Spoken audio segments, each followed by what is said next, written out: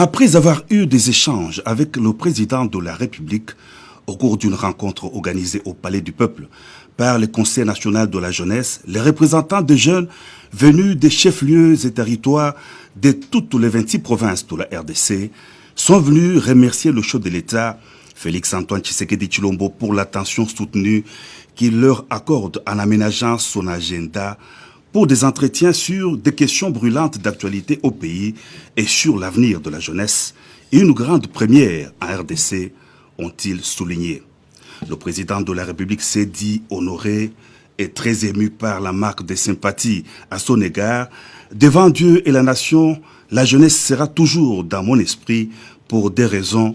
Vous êtes la première richesse de la RDC et vous êtes l'avenir du pays, a souligné le chef de l'État, avant de rappeler la mission dévolue à la jeunesse congolaise. Chers jeunes, je suis non seulement honoré de me retrouver ici au milieu de vous, mais je suis également très ému par cette marque de sympathie que vous avez bien voulu exprimer à mon égard.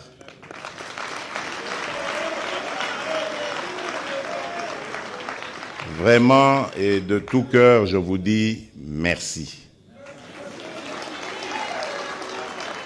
Je ne savais pas que lorsqu'on m'avait proposé et que j'avais accepté de venir parler aux jeunes, j'allais avoir de surprises aussi agréables en vous rencontrant. Vraiment, de tout cœur, merci. Et je fais le serment ici, devant Dieu et devant la nation, que la jeunesse sera toujours dans mon esprit.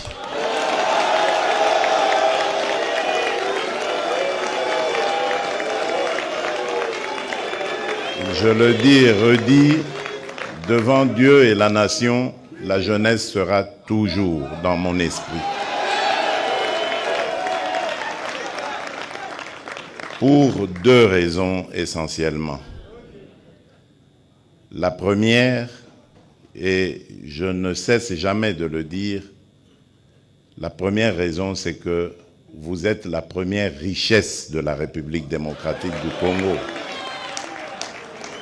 Avant toutes les autres richesses naturelles que nous avons, comme le diamant, l'or, le coltan, le cobalt, le cuivre, le zinc, tout ce qu'on veut, le pétrole, le gaz, il y a d'abord cette ressource humaine qu'est la jeunesse de la République démocratique du Congo. Et partout où je vais, je le dis toujours, que notre richesse, c'est celle-là d'abord, elle est humaine. Et c'est pour ça que nous avons le devoir d'entretenir cette richesse, de préparer cette richesse aux défis à venir. Et cette richesse, c'est vous, chers jeunes. Voilà pourquoi j'ai dit, vous ne quitterez jamais mon esprit.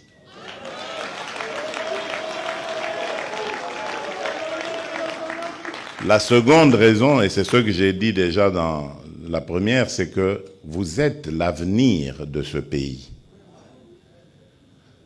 Tout ce que nous devons faire aujourd'hui doit prendre en compte vos soucis, vos préoccupations, parce que c'est de cet encadrement par rapport à vos soucis et à vos préoccupations que dépendra notre avenir. Demain, si Dieu nous prête vie et que nous restons ici longtemps sur cette terre, c'est vous qui allez prendre notre relève. Et imaginez un peu le scénario catastrophe qui fait que nous ne vous avions pas bien préparé et que nous vivons nos vieux jours dans un pays complètement déchiré, un pays totalement dispersé parce que la classe dirigeante n'ayant pas été préparée, donc elle a mené ce pays à volo, nous, vieilles personnes, tendant vers nos derniers jours, comment allons-nous vivre cela? Parce que non seulement il y aura les difficultés sociales et autres auxquelles nous allons devoir faire face au quotidien en étant de vieilles personnes, mais il y aura aussi ces accusations que vous porterez contre nous en disant vous êtes les responsables de cette situation parce qu'en votre temps, vous n'aviez rien fait. Voilà pourquoi nous ne vous abandonnerons jamais. Et je remercie vraiment les organisateurs, à commencer par le président du Conseil national de jeunesse et tous ceux qui l'ont entouré pour cette belle initiative. Le ministre Bunkoulou, c'est lui qui parle pour vous au Conseil des ministres. C'est très important d'avoir de bonnes relations avec lui. Et c'est au Conseil des ministres que l'on prend des décisions pour vous. C'est très important, très très important pour nous. Au-delà de ce qu'on peut être, ce qu'on peut penser, c'est très important pour nous d'encadrer la jeunesse. Parce que c'est elle qui va garantir nos vieux jours demain. Et vous, jeunes Congolais, vous avez encore plus la mission de réussir dans ce que vous faites, formation, métier, profession. Vous avez le devoir de réussir parce que vous êtes une jeunesse qui n'est pas n'importe laquelle. Je l'ai bien dit, vous êtes la jeunesse de la République démocratique du Congo. Vous devez savoir à quel pays vous appartenez. Croyez-moi, chers jeunes, nous avons un pays béni. Chaque jour, moi je vous exhorte, chaque jour, avant de dormir ou lorsque vous vous réveillez, remerciez le Créateur. Quelle que soit la religion à laquelle vous appartenez, remerciez notre Créateur parce qu'il nous a mis sur un sol qui est totalement béni. Ce pays, si nous restons conscients, nous restons unis, nous restons organisés, ce pays va faire parler de lui dans pas très longtemps. Nous serons peut-être encore vivants pour voir ça.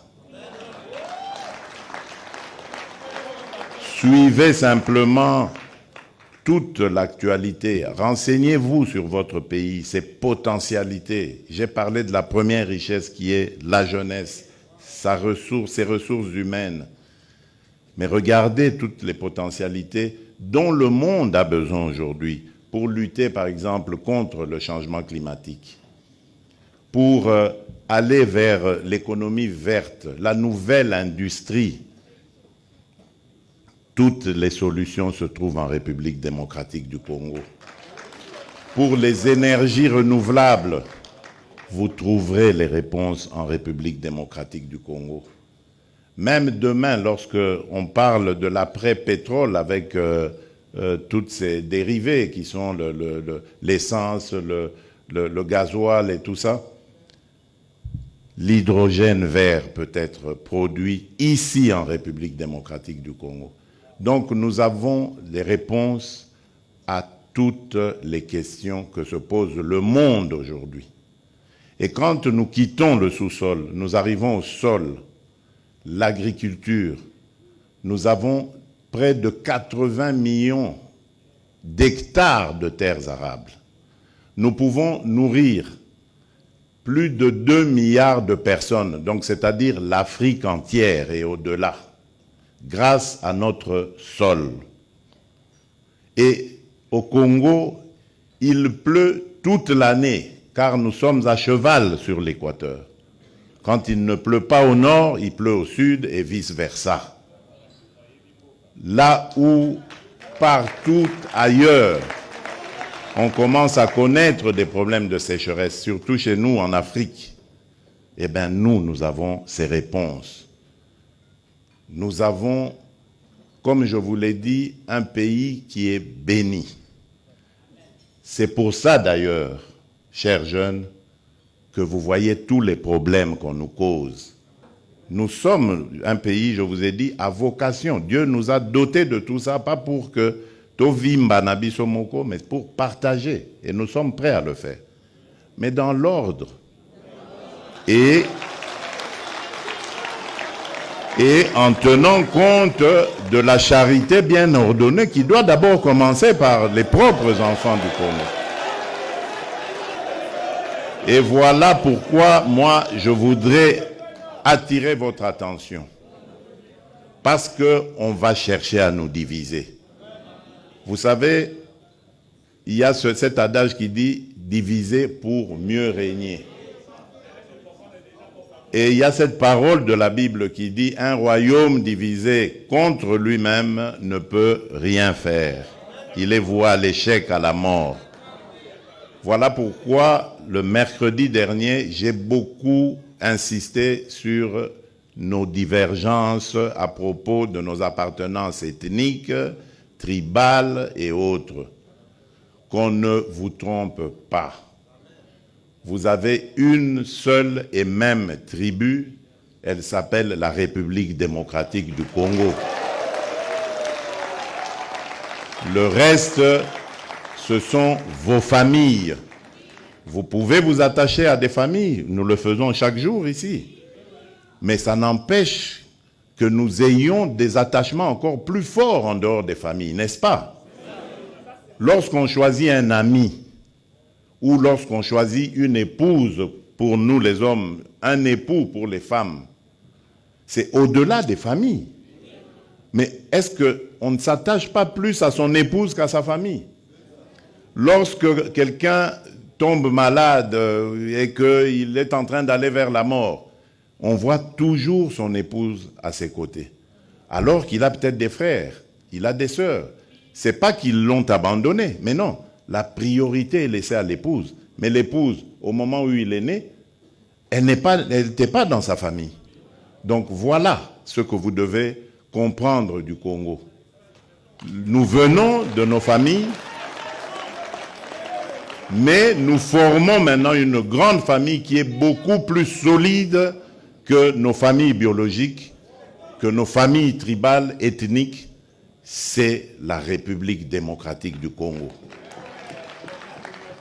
Mettez ça dans vos cœurs, dans vos esprits, et vous verrez, le Congo sera toujours gagnant. Parce que nous sommes forts, mais notre faiblesse, elle se situe dans nos divisions tribales, ethniques. Et lorsque les ennemis comprennent ça, ils viennent avec ces manipulations et ils réussissent à nous affaiblir parce que nous sommes divisés et incapables de faire front face à l'adversité. Je ne vous demande pas de haïr, ne faites pas ça. Ne haïssez pas les étrangers. Et d'ailleurs, à propos du Rwanda, ça ne sert à rien de regarder le Rwandais comme un ennemi. Non. C'est le régime rwandais avec Paul Kagame à sa tête qui est l'ennemi de la République démocratique du Congo. Les Rwandais et les Rwandaises sont nos frères et sœurs. Et d'ailleurs, ils ont besoin de notre aide parce qu'ils sont muselés. Ils ont besoin de notre aide pour se libérer. Ça n'a rien à voir avec ce que leurs dirigeants sont en train de leur imposer. Donc, ne les regardez pas comme des ennemis, mais comme des frères qui ont besoin de notre solidarité pour nous débarrasser et débarrasser l'Afrique de ce genre de dirigeants rétrogrades qui ramènent les méthodes des années 60 et des années 70. Alors qu'en Afrique, on avait décidé de mettre fin au bruit des armes. Si vous vous rappelez, ceux qui suivent un peu, c'était 2020, il fallait taire les armes en Afrique pour que l'Afrique passe à autre chose, comprenne qu'elle est la dernière de la classe dans le monde parce que, justement, à cause des guerres et des divisions, nous nous étions entendus comme ça. Malheureusement, ce n'est pas arrivé, on a dû encore prolonger, mais c'est à cause, justement, des dirigeants tels que Paul Kagame. Et il s'enorgueillit d'être un faiseur de guerre, un spécialiste dans la guerre. Il en est fier. Moi, à sa place, je me cacherais, j'aurais honte d'assumer le fait qu'on sème la mort et la désolation. C'est honteux. Et je dirais même diabolique. Nous n'allons pas manger de ce pain-là. Nous, le pain que nous mangeons, c'est celui de l'amour. Celui du patriotisme, l'amour pour le Congo et l'amour pour le Congolais. C'est ce que je vous prêche. Ce que notre leader, mon leader, celui qui m'a formaté en politique, mon mentor, Étienne Tshisekedi Wamulumba, c'est ce qu'il m'a prêché. L'amour du Congo et du Congolais. Essayez cette formule, chers jeunes, et vous verrez, le Congo sera toujours number one. Je vous remercie. Que Dieu vous bénisse. Face à l'agression de la RDC dans sa partie est du territoire national, le chef de l'État en a appelé à la vigilance et la mobilisation de la jeunesse congolaise pour barrer la route au plan de balkanisation du pays par les envieux de ses richesses.